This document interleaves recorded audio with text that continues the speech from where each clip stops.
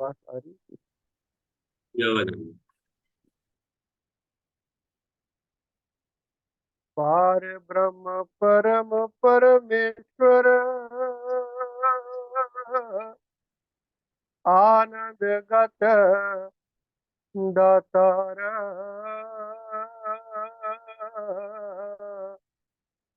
मंगत नित ही सिमरिया अंत पावै छुटकार।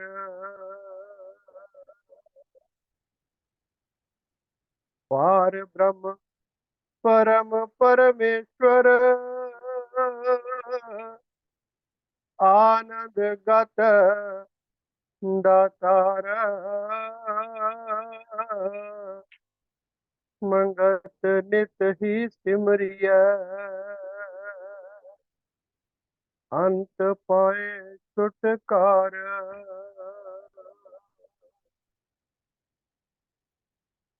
मिथ्या चक्र ये संसारा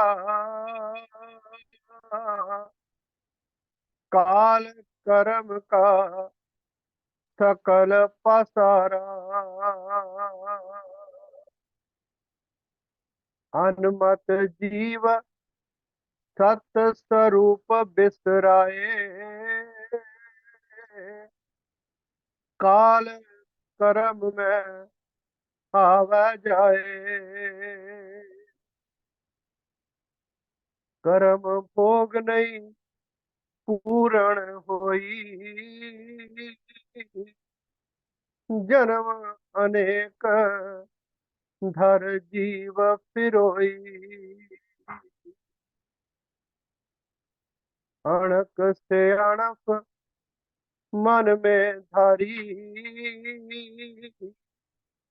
बिन हरि सिमरण सब गवन विचारी अरब खरब धन संचत कीना अगन तृष्णा करे चित छीना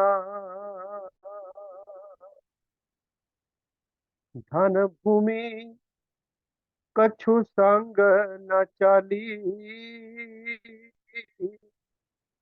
चले निमणा ले हाथ खाली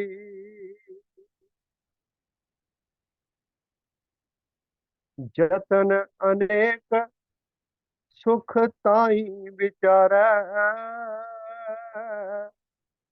अंत काल सब भयो दुख अपार अंत काल तेरा सखा न कोई क्यों विपत माई नर जीवन खोई मानुष जन्म की सार ये जान पार ब्रह्म चित कथा बखान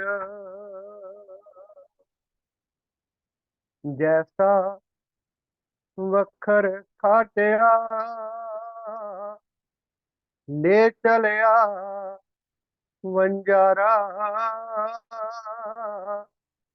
मंगत छूट न पाइय सच साहेब दरबारा जैसा वखर खाटिया ले चलिया वंजारा मंगत छूट न पाइय सच साहेब दरबारा। ओ ब्रह्म सत्य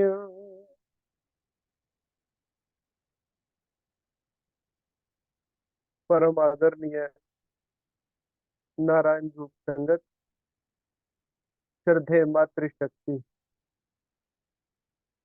वाणी पाठ महाराज जी की अमर वाणी से ग्रंथ श्री समता प्रकाश से तीसरा प्रसंग अथ जीव गति सिद्धांत से लिया गया है। और मैं महाराज जी की उपदेश और उनकी वाणी के आधार पर इसी पर कुछ विचार आपके सम्मुख रखूंगा। जीव की गति कैसे हो। महाराज जी ने ग्रंथ श्री समता प्रकाश में और ग्रंथ श्री समता विलास में, दोनों में इसका एक अलग चैप्टर बनाया। यहां पर महाराज जी ने लिखा अथ जीव गति सिद्धांत। जो पहली लाइन हजूर ने उच्चारण फरमाई, पार ब्रह्म परम परमेश्वर आनंद गत दातार मंगत नित ही सिमरिये अंत पावे छुटकार। जब जीवन यात्रा समाप्त होने के बाद किसी का शरीर शांत हो जाता है तो हिंदू लोग जला देते हैं, मुसलमान संप्रदाय में वो भूमि में दबा देते हैं। हिंदू लोग जलाने के बाद हरिद्वार जाकर, पेहवे जाकर या कहीं और तीर्थ स्थान पर जाकर जीव की, जो प्राणी चला गया, उसकी गति करवाते हैं। शरीर की गति तो अग्नि के स्पुर्द करने से हो गई। महाराज जी हमें जो जीव मालिक इसके अंदर है उसकी गति कैसे हो, उस ओर ले जा रहे हैं। पहली लाइन में महाराज ने फरमाया कि वो पार ब्रह्म परम पिता परमात्मा, वो परमेश्वर आनंद का सागर है, आनंद को देने वाला है। मंगत नित ही सिमरिये अंत पाए छुटकार। तेरा छुटकारा केवल और केवल उसके सिमरन से हो सकता है, और दुनिया में कोई उपाय नहीं है। और सिमरन पर बैठने के लिए मेरे अंदर की वृत्ति स्वच्छ होनी चाहिए, मेरे कर्म निर्मल होने चाहिए। महाराज जी एक स्थान पर उपदेश दे रहे थे, उनका एक प्रवचन है आपकी सेवा में। ये जीवन गाथा के भाग 1 में है, अपना सुधार। ये 7 नवंबर 1945 को महाराज जी ने उच्चारण फरमाया। जागृत, स्वप्न और सुषुप्ति हालत में जीव सृष्टि के कई रूप देखता है। जब जाग रहे होते हैं तो और रूप देख रहे होते हैं, जब आधी नींद में होते हैं और रूप में देखते हैं, जब गहरी नींद में कोई सपना आ रहा होता है तो वो एक अलग ही संसार होता है। जागृत में और दुनिया देखता है, स्वप्न में और देखता है, सुषुप्ति में और दुनिया देखता है। ये हर वक्त रचना रचता रहता है। जंगल में बैठा हुआ शीश महल बनाएगा, किसी घड़ी ये अपनी रचना से न्यारा नहीं होता। आप देखें जो नॉर्थ में बैठे इंडिया में, वो कहते हैं साउथ में चले जाएं शायद कोई शांति मिल जाए। साउथ वाले सोचते हैं कि नॉर्थ में किसी पहाड़ पर चले जाएं, वहां शांति मिल जाए। एशिया के लोग सोचते हैं कि यूरोप में चले जाएं तो वहां कुछ शांति नसीब हो जाए। यूरोप वाले किसी और दौड़ में हैं। महाराज जी का हुक्म ये है कि ये जीव हर वक्त कुछ ना कुछ सोचता रहता है। ये अगर शहर में है तो सोचेगा कि जंगल में जाकर देखें कि जंगल कैसा होता है, और जंगल में बैठा हुआ है तो वहां सोचेगा कि इसके अंदर एक महल बना लिया जाए। खुद अपनी रचना रच कर ये मोहित होता रहता है, और अपने आप ही उस रचना को, उसे पकड़ने की कोशिश करता है। अगर नहीं मिलती तो रोता है। और मिल जाती है तो हंसता है। जब जब सुनता है कि फलां नगर बड़ा सुंदर है, पहले उसका मन घड़ंत नक्शा बनाएगा। आप विचार करें, हम ऐसा ही करते हैं कि ख्याल आया कि फलां जगह जाना चाहिए, त्रिवेंद्रम जाना चाहिए, तो त्रिवेंद्रम कैसा होगा उसके बारे में सोचना शुरू कर देंगे। वहां जाकर वो कैसा निकलता है मैं नहीं कह सकता, मगर जो ही ख्याल आया कि त्रिवेंद्रम देखना चाहिए, बॉम्बे देखना चाहिए, गोवा देखना चाहिए, तो ये आदमी ख्याल करना शुरू कर दे वो कैसा होगा। जब जब सुनता है फलां अगर बड़ा सुंदर है, पहले उसका मन घड़ंत नक्शा बनाएगा। फिर चाह पैदा हो गई, चलकर देखे, आखिर ये अपनी कामना पूरी करता है। बस ये सृष्टि है। अब जो आज का विचार है, गति बहुत दूर है। गति उस हालत को कहते हैं कि एक चीज दूसरी चीज में लय हो जाए, पानी पानी में मिल जाए, मिट्टी मिट्टी में मिल जाए, दरिया समुद्र में मिल जाता है, उसकी गति हो जाती है, फिर उसकी आवाज बंद हो जाती है। दरिया समुद्र में मिल जाता है, उसकी गति हो जाती है। जीव जब तक ईश्वर में न मिल जावे, उसकी गति नहीं होती। जीव को शांति तभी होती है जब अपना असली ठिकाना तलाश कर ले। परमेश्वर शरीर में मौजूद है, मगर इस आंख से दिखाई नहीं देता। वो अंदरूनी आंख है जिससे उसे देख सकता है। बुद्धि दुनिया को देख रही है, ईश्वर को नहीं देख रही। ईश्वर को देखे, उसका संसार गायब हो जाएगा। उसकी दुनिया तृष्णा है, जब तक तृष्णा खत्म नहीं होती ये दुनिया बनाएगा। एक शरीर मर गया, शरीर का व्यवहार बंद हो गया, दूसरे जन्म में जाकर फिर वो नई रचना रचनी शुरू कर देता है। जीव का काम जब तक खत्म ना हो, झगड़ा इसका खत्म नहीं होता। रब की अदालत इसके लिए खुली है। कर्म चक्कर ही रब की अदालत है।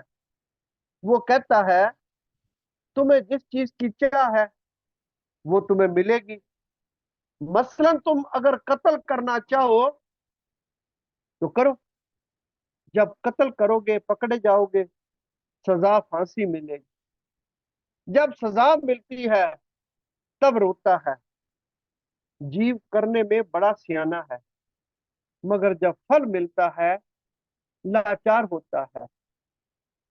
मैं कई बार आपकी सेवा में निवेदन करता हूं कि करने में जीव स्वतंत्र है, महाराज जी का ऐसा हुक्म है, मगर भोगने में यह परतंत्र है। कैसा परतंत्र है?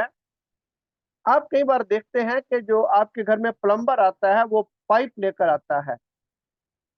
उस पाइप में जब उसे चूड़ी कसनी होती है तो उस पाइप को वाइज में, उसे शिकंजा कहते हैं, बांक कहते हैं उससे, उसमें वो पाइप को डालकर उसको ऐसा कस देता है कि वो पाइप एक सूत भी फिर आगे पीछे नहीं हो सकता।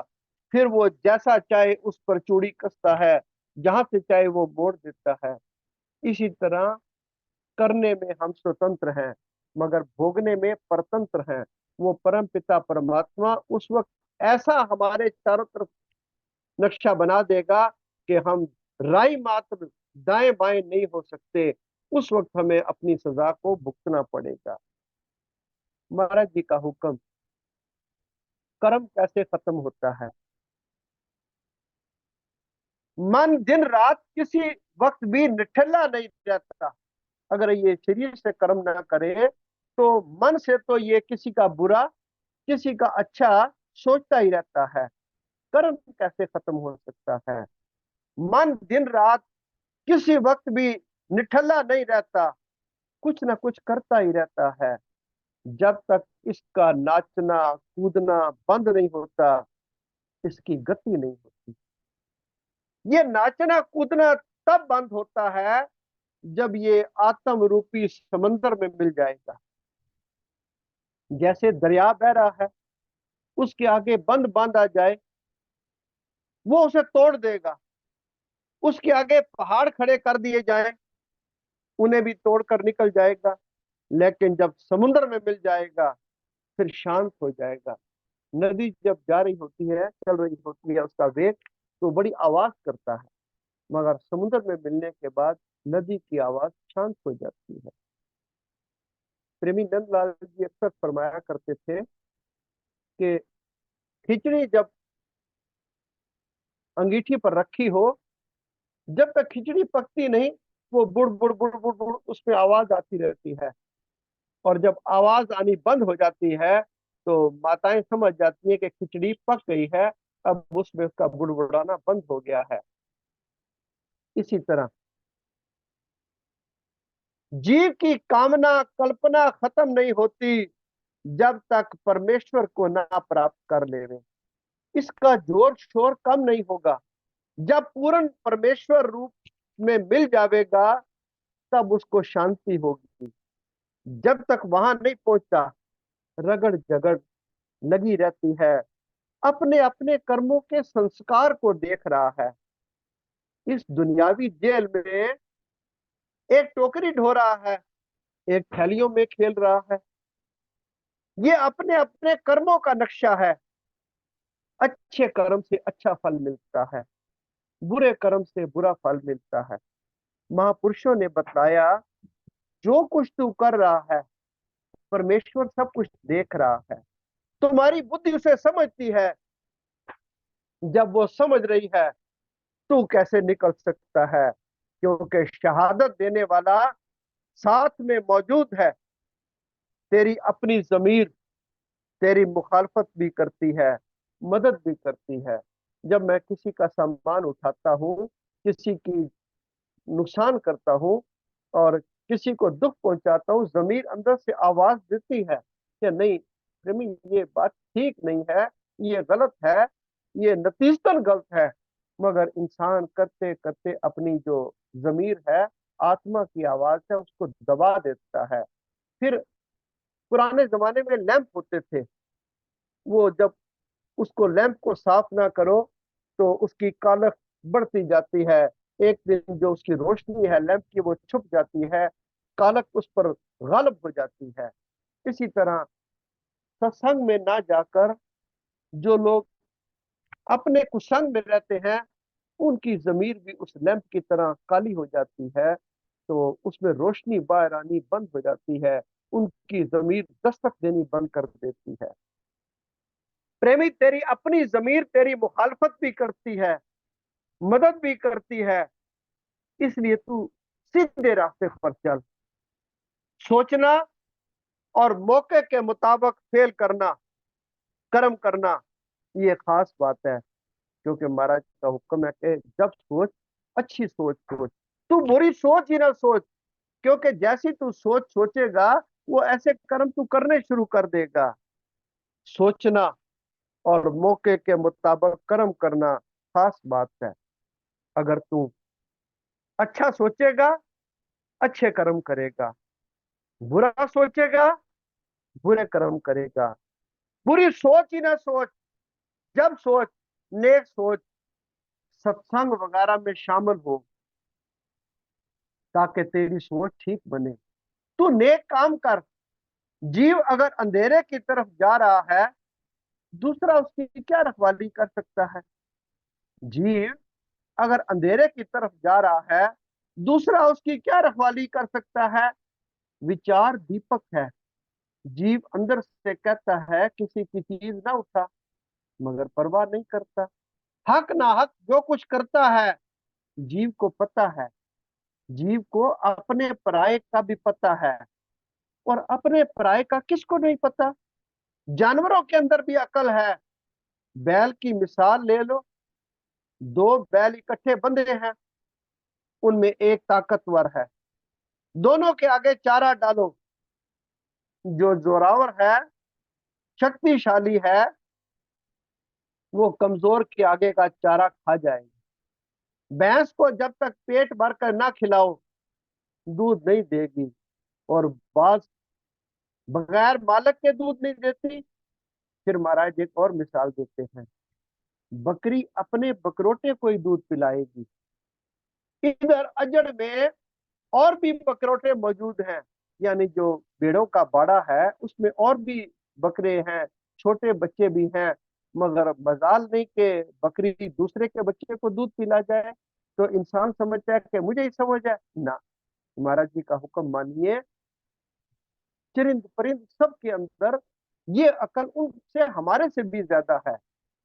अकल से हर चीज बढ़ती है, कुदरत ने हर एक को अकल दी है।